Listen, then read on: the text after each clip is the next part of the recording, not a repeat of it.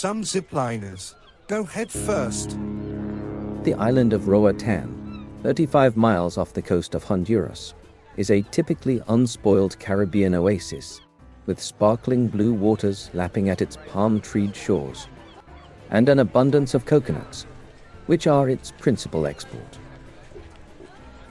It also has a spectacular coral reef, making it an ideal destination for scuba divers and snorkelers. The name Roatan apparently means Island of Women. One particular woman, who was possibly one of the passengers on my ship. I don't believe I ever saw her again, for which I am eternally grateful.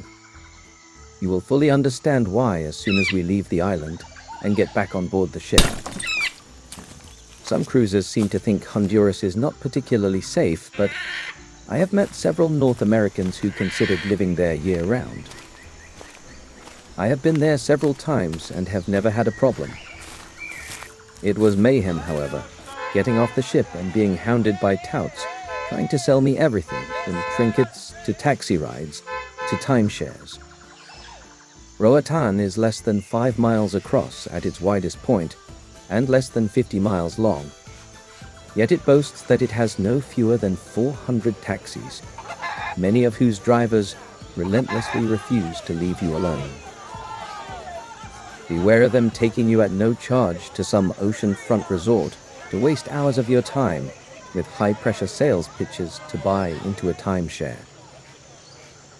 I did inquire about house prices, though.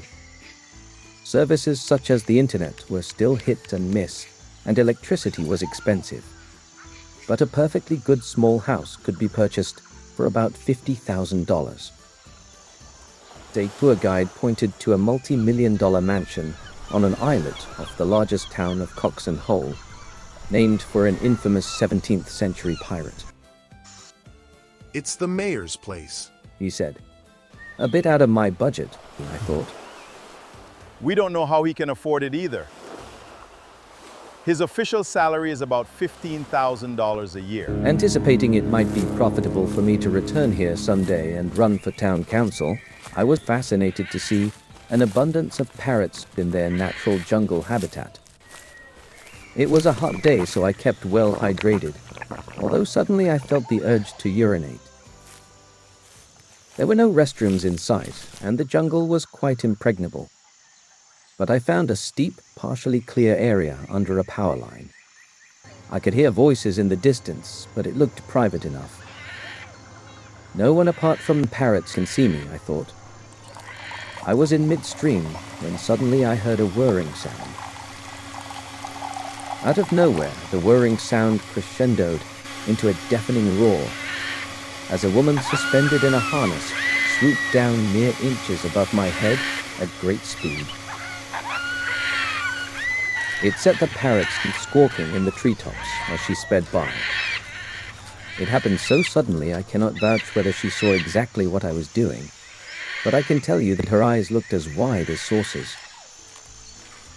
I may even have dribbled accidentally onto one of her dangling sneakers as she jerked back her foot and swayed almost out of control before hurtling through the clearing ahead of us. I failed to realize that the power cable was actually a zip line, even though I should have remembered my cruise ship had been offering several zipline shore excursions, which seemed to be very popular throughout the island. I guess they shouldn't call it a zipline, I told the editor later. They should have called it a whiz line. Flange, you are such a bungler. I was pretty shocked too. Neither of us said a word. It could have happened to anybody. I suppose it might have been a lot worse. What do you mean? Some zipliners go head first. The potential consequences, if that had been the scenario, didn't bear thinking about really. I attempted to chuckle, but we both fell eerily silent and changed the subject. The editor says I usually botch everything. Yes, Flange, you have a definite knack for getting in over your head. You might have a valid point there, as we shall see. St. Martin is actually shared by 2 countries. It was still using Antillean guilders on the Dutch side, where the capital is Philipsburg, and euro currency on the French side, where the capital is Marigot. We docked in Philipsburg on the Dutch part of the island known as Sint Maarten. Ignoring shore excursions, I elected to take a mini bus trip for $2 We pulled into Marigot, a playground for rich French people with huge yachts out in the bay. You will appreciate it here if you're into French wines. While I don't touch the stuff myself, I could see through one of the store windows that they had an enormous stock. I stopped at a French restaurant to enjoy a splendid alfresco lunch, almost every bit as good as something I might enjoy on the French Riviera. Returning to Philipsburg, I got off the bus next to the Princess Juliana Airport and strolled down to Maho Beach, where you feel you can almost touch the planes as they swoop overhead before landing just the other side of a chain-link fence separating sunbathers from the runway. "Danger," says a warning sign. Jet blast of departing and arriving aircraft can cause severe physical harm, resulting in extreme bodily harm and/or death. The next jet took off about 20 minutes later. I had forgotten to bring my hat that day, but had purchased a new one in Philipsburg that said Sint Maarten on it. The jet blast, of course, blew it right off my head. I wholly lacked the agility to chase it as it tumbled across the beach into the bay. Luckily for me, a good Samaritan in the form of a bronzed young woman in a thong bikini was fully alert and retrieved it for me as the surf brought it back to the water's edge. I felt a bit of a heel, really, for ogling her ahead of appreciating her kindly good deed in aiding a hapless, or should I say, hapless pensioner. She giggled when I placed my hat firmly back onto my head as seawater squelched down my blushing face. But always a true gentleman, I did manage to thank her profusely while averting my previously wandering eyes.